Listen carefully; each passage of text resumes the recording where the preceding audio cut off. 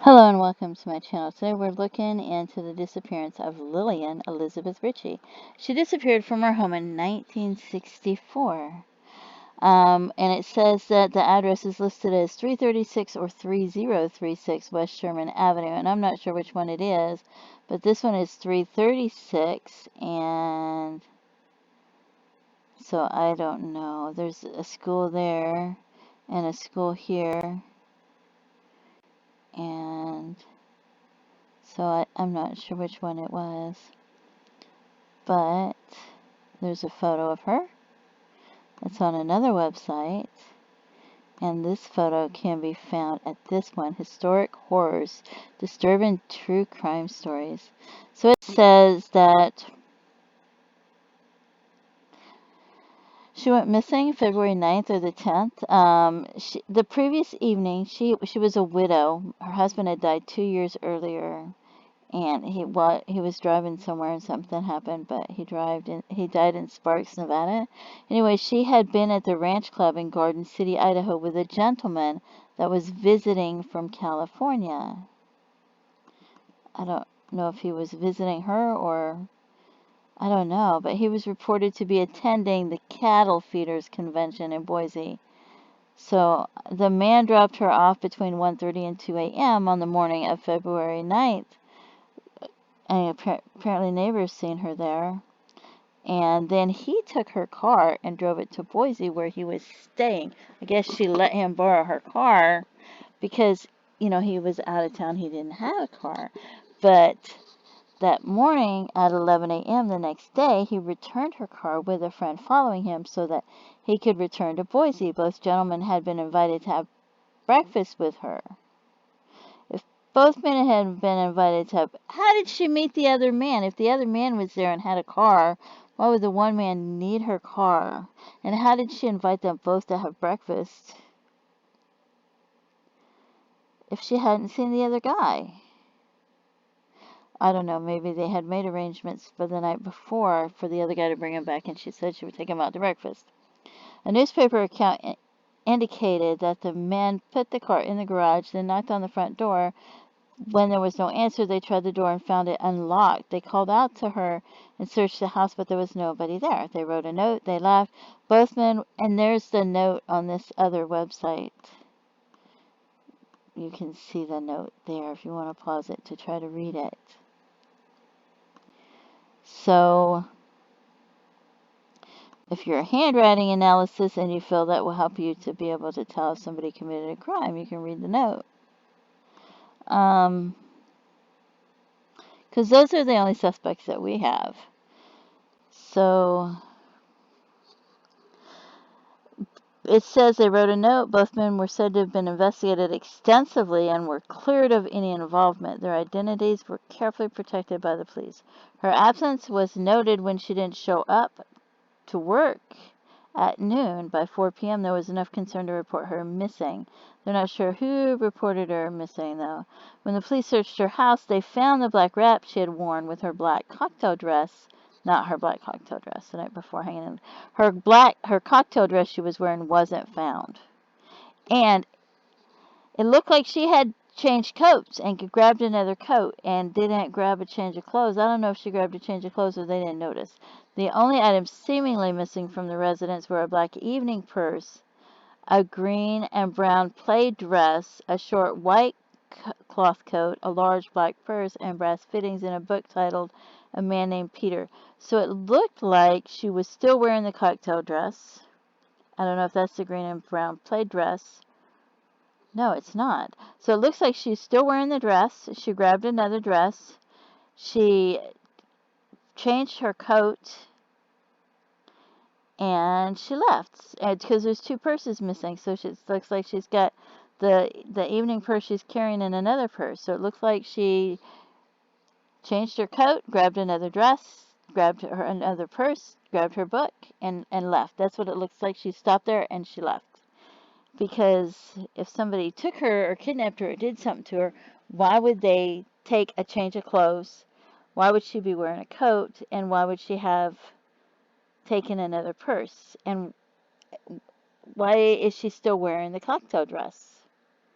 Why Wouldn't she have taken the cocktail dress off if she didn't leave, if she slept there, if she was there for even more than a few minutes? Police could find no trace of her and no one that had seen her since she was dropped off at her home. So, on May 24th, 1964, one of her sons, was appointed trustee of her estate. Her husband, it says, he died in 1962 in Sparks, Nevada. His obituary states he passed away while driving to California. The couple had another son who lived in Moscow, Idaho, and she had purchased plane tickets and she was going to go visit him from February 12th to the 18th. And the plane tickets that she purchased were still in the house.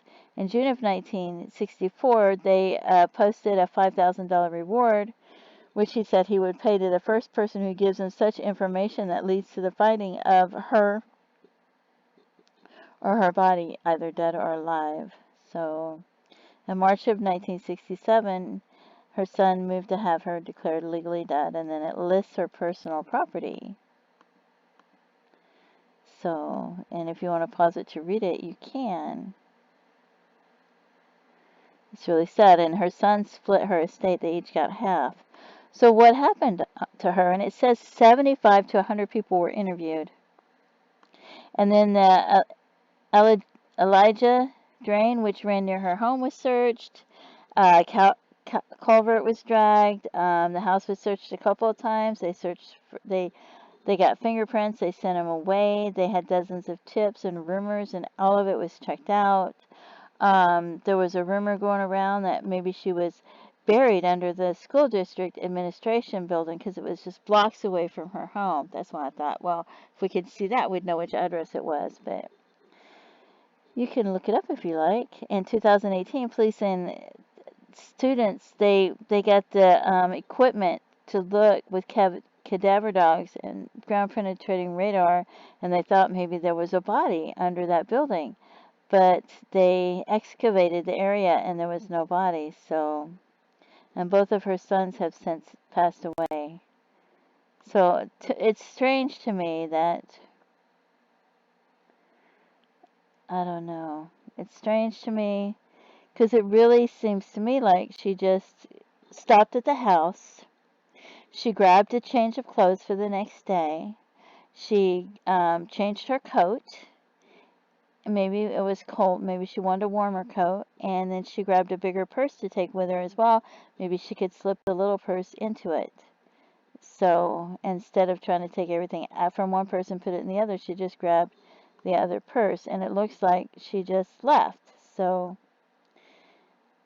and then it's strange that that happened. So, and I don't know if that's her address or if the other one is, but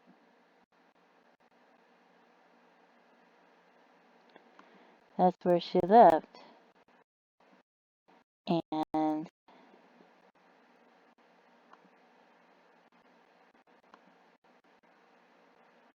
it's not that far from Boise.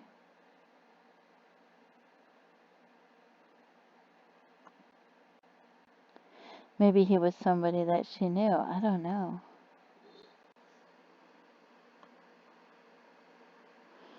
So, if I had to guess where her body was, I would guess somewhere in here, unless